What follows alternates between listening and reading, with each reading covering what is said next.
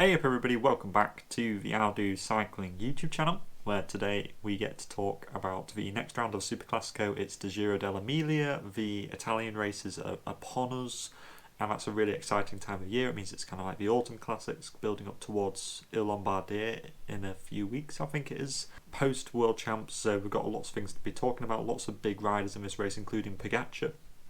He is 32. When I think about putting Pogacar on, I think mainly about, is he an absolute nailed on to win this race? And I actually don't think that he is, but at 32 he provides a certain amount of security to your team. If you want that full security, then go with him, but it's certainly possible that you could spread your points out a bit more amongst some kind of mid-level riders and perhaps do better off. However, this is only a category 3 race, so there aren't too many points on offer, but it could be a bit more of an advantageous strategy doing it that way. Alaphilippe I'd probably avoid. He didn't look brilliant at the World Championships.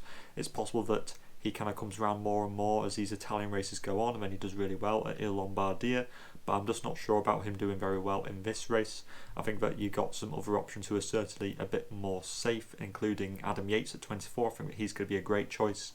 This is a race that really suits him, the San Luca climb, which is 2 kilometres at like 10%. It's really kind of up the street of Adam Yates. I think that Woods probably isn't a great choice, and neither is really many of the Israel riders, just because none of them have looked in particularly great form. Even Dylan Teuns, I'd expect him to do well here, but he just didn't look very good at the race, this Italian race like the other day. He was getting dropped, so I don't think that he's going to be a good choice. Gaudu, Fitzstabil is a rider who should do very well in this race, but when looking back at his previous results, he never seems to do very well here, so that does surprise me a little bit and makes me a bit nervous about putting him on, just because I'm not sure why he doesn't do particularly well in this race, considering that it has all the hallmarks of a Gaudu style sort of race.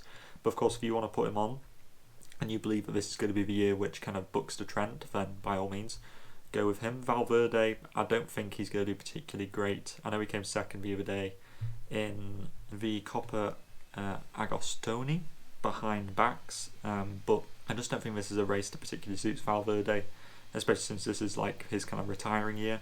Fulsang, I probably won't pick. I won't pick Hirschi or Formula just because they'll be working for Pogacar. Lopez at 18, bit risky considering he's never really done particularly great in a one-day race other than, I think, like Milano Torino when it finishes up on a mountain.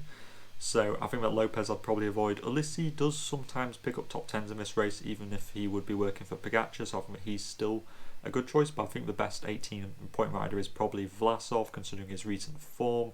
Like Coppa Sabatini, he didn't go to the World, so he's clearly going to be fresh and ready to go in comparison to those people who've been having a lot of airtime. Yates, Simon Yates that is, not Adam Yates, I think again suits the bill as somebody who should do very well in this race, and I think that Bike Exchange still need UCI points to really secure themselves away from Lotto Soudal and the relegation battle, so I think that Yates should certainly be putting in a top 10 performance in this race. You've got a few 16-point riders, again Bennett and Covey will be working for Pogacar. I reckon Kelderman and Conrad could have some freedom, but I think that Vlasov would be the main man, considering that he has already won this race. Guillaume Martin, surprisingly consistent recently. I think that he is going to be a really good rider for you to put onto your team, considering his 16 points. That's not too expensive, very attainable for a lot of teams. I think that he could be one of the best 16-point riders, alongside probably Danny Martinez, who won the Coppa Sabatini the other week. I think that he'll be co-leader alongside Adam Yates, and I think that Martinez could certainly come inside the top 5 in this race on a really good day. Mas, I think, considering that Valverde is on kind of like the decline, I think that Mas could certainly pick up the reins and get in a top 10 in this race, especially since he's coming off a very strong Vuelta. Teuns, as I said earlier, I'm not too confident about. Esteban Chavez, probably the best 14-point rider. He looked very good at things like Giro della Toscana and the Coppa Sabatini, so he could certainly be one that you try and pick up. For 14, it's not too expensive, and I think he is probably the best one. You could also say that Aran's pretty good. I think he's done, pretty good. He won that stage of the Vuelta, and he also came, I think he came like top 7 or something in that Coppa Agnosti or something like that. So certainly in a pretty decent reign of form at the moment. 12-point riders, maybe Jesus Herrada, but honestly I think that the 12s aren't that great. You got a couple of good 10s. I would say that Aliotti would be a good one, by again Bora with Vlasov, Kelderman, Conrad, etc. They're going to need some people to be domestiques, and I expect Aliotti to do that, but I think that Aliotti is certainly kind of capable of coming inside the top 10 in this race if he wasn't a domestique. In terms of other 10-point riders, you've got Tobias Foss. Whether he can refine that form which got him the World Champs TT title, I'm not too sure. I think that Jumbo-Visma have a lot of free cards to play in this race, considering they don't have the likes of a Roglic or a Vingegaard here. There's Lucas Hamilton for Bike Exchange, but I think he'll be working for Yates. Domenico Pozzovivo, I know he's like 39 years old, but he is looking pretty good recently, and I think that he could be the leader for Intermarché, could certainly get a top 10. He's usually pretty consistently inside the top 20 in this race, so 10 points, that's quite a decent kind of return if you ask me. Other than them, not too many other 10s which I like the look of. The best 8 I think is Nicola Conchi for Alpecin. Of course, he's had some pretty decent performances at Arctic Race of Norway and also at Tour of Slovenia this year. I think he did really well there, so he could certainly be a rider who inside the top 15, I would more than likely say. But you know, there are some other 6-point riders who you could choose instead of him and save some credits. I think that there aren't many other 8-point riders that I would be choosing other than maybe Quentin Hermans or Maxime Van Hills. Possibly, if you push me for an answer, I reckon I might pick one of them, or maybe Filippo Zana, considering that he is the Italian champion. You got Bax, of course, probably one of the better 6-point riders. He's been doing really well recently in a really good bit of form at the moment, but he is quite a tall, heavy rider, and I'm not sure that he will be able to cope with the San Luca climb, considering that it's crested 5 times. But saying that, he is in really good form, and some people who are just on really good form can just continue to just push out good results no matter what. Clément Champussin at 6 points I think is a pretty decent one, and I think probably one of the best 6-point riders you can choose, just because he's pretty consistent in one-day races and he's usually pretty good in Italy specifically, kind of similar to Pogacar in that sort of sense. But Champussin, I think that he'll be leading AG2R, and after a bit of I think he had a bit of time off the bike this year, I think that he should be doing pretty good and leading AG2R in the latter part of this season.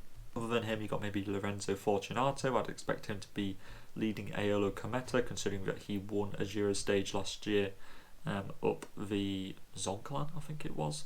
Other than them, you got maybe 1 or 2 others, including Petilli. I think he came like top 7 or something like that at Strade Bianche early this year. Carlos Rodriguez, 7th place at the Vuelta, of course, still 6 points, so you could still pick him up for a really cheap price. I think that's a really safe bet for somebody coming inside probably the top 20, and also maybe getting assist points on Yates or something like that. Scaroni came 13th in this race last year.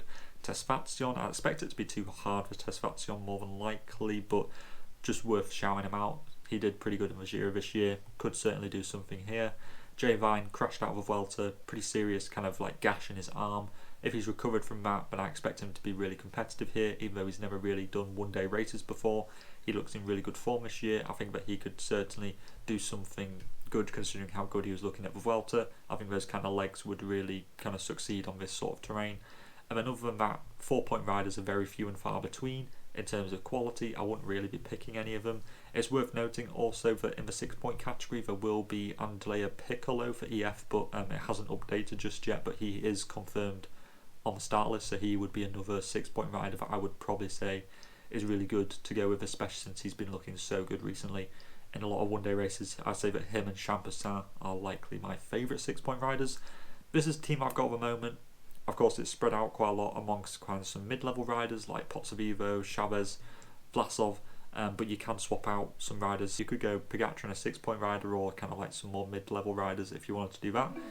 But you've got lots of team options here, lots of chances to create some different teams, so be sure to put them all in the comments down below. And all that is left to say is thanks for watching, keep safe out there, and I'll see you next time.